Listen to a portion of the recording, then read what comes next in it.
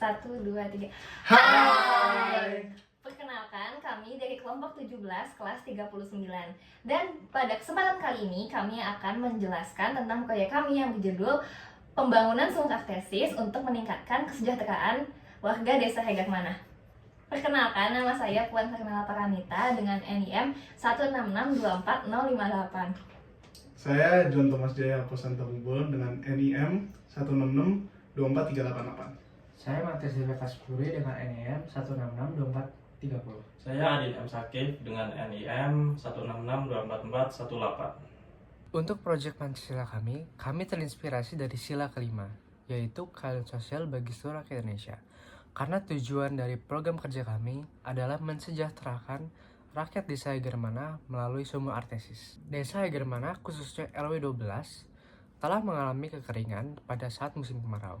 Dikarenakan RW 12 terletak pada dataran yang lebih tinggi dan sumur-sumur yang telah dibangun oleh pemerintah tidak dapat mencangkup RW 12 secara keseluruhan. Pada tahun 1970 sampai 1980, Kota Jatinangor baru mulai menjadi kota akademik seperti di suku Bajepang. Dan mengikuti perkembangan zaman dan perkembangan penduduk, maka sudah seharusnya Kota Jatinangor mengalami kenaikan dalam kebutuhan air bersih. Dari data Badan Pusat Statistik Kota Sumedang, masih terdapat 2 unit rumah yang menggunakan air hujan, 13 unit rumah menggunakan sumur tak terlindung, dan 8 unit rumah menggunakan sumber mata air tak terlindung sebagai sumber air minum dan air untuk digunakan sehari-hari. Dari data tersebut, sudah terlihat seberapa urgensi dan seberapa pentingnya sumur artesis ini dibuat di Desa Hegarmana. Jadi pihak-pihak yang terlibat dalam kegiatan ini yaitu pertama Kepala Desa Hegarmana, kedua Ketua RW 12 Desa Hegarmana, dan ketiga Ketua RT 3 Desa Hegarmana. Selain itu kita juga mempengaruhi pihak-pihak dari kepolisian untuk mengurus pengizinan pembuatan sumur artesis. Selanjutnya itu rumusan masalah. Rumusan masalah yang kami dapat dari kegiatan ini, dari survei, adalah bagaimana kondisi ketersediaan air di Desa Hegarmana dan apa saja faktor-faktor yang mempengaruhi ketersediaan air bersih di Desa Hegarmana. Dari situ kita melanjut ke tujuan dan manfaat. Tujuan dari kegiatan ini mengetahui faktor-faktor yang mempengaruhi ketersediaan air bersih dan juga mengatasi kekurangannya ketersediaan air bersih di Desa Hegarmana agar penduduknya mendapat air bersih yang stabil dan yang pasti. Selanjutnya itu roadmap kegiatan pembuatan sumur artesis. Yang pertama itu survei. Survei melakukan apa? Menentukan lokasi, menentukan tanah untuk pembuatan sumur artesis. Yang kedua itu pelaksanaan, membawa alat besar seperti dan membuat sumur artesisnya. Ketiga itu hasil. Dari hasil setelah pembuatan sumur artesisnya kita dapat menguji kualitas airnya biar pasti kualitasnya dapat layak dikonsumsi atau dipakai, dan juga mengasih sumur artesis kepada Desa Hegarmana penduduknya. Keempat itu perawatan. Kita dapat mengedukasi orang penduduk Desa Hegarmana agar mereka dapat bisa merawat sumur artesis agar secara jangka panjang dapat digunakan secara stabil. Dan yang terakhir itu evaluasi dampak sumur artesis kepada Desa Hegarmana. Ini merupakan wilayah Desa Hegarmana dan di titik merah merupakan wilayah letak observasi kami.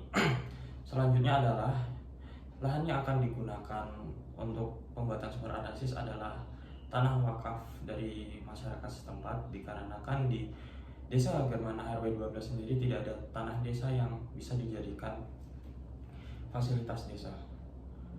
Kemudian sumber air di Desa Hegarmana khususnya RW 12 sendiri adalah sumber SAB dan sumur masyarakat setempat.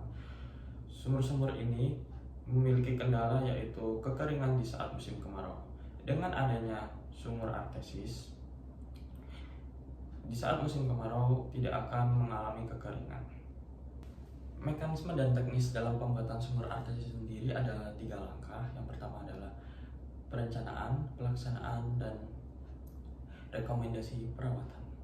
Perencanaan diawali dengan eksplorasi air tanah, pengurusan izin, kemudian ada perencanaan penggunaan metode geolistrik. Geolistrik sendiri ada 3 macam, yaitu teknik dipol-dipol, konfigurasi Werner, dan konfigurasi Schlumberger atau PS. Kemudian ada pembuatan desain konstruksi sumur, pembuatan desain konstruksi bak sumur, dan pembuatan desain jalur pipa. Kemudian ada pelaksanaan. Pelaksanaan sendiri diawali dengan pembelian alat dan bahan, pengeboran dan instalasi pipa sumur. Yang ketiga adalah uji kuantitas dan kualitas air sumur. Yang keempat adalah pembuatan bak sumur, dan yang kelima adalah pembuatan jalur pipa.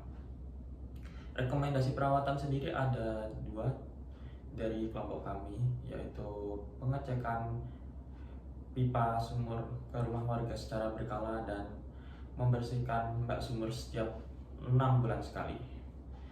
Nah, apa itu sumur aktesis? Sumur aktesis adalah sumur yang dibuat untuk mencapai air tanah yang berada di dalam aquifer yang terjebak di antara 2 lapisan batuan ataupun lapisan tanah yang tidak tembus air.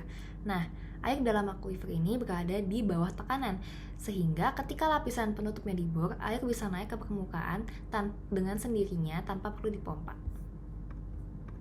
Nah, apa bedanya sumur SAB dan sumur aktesis?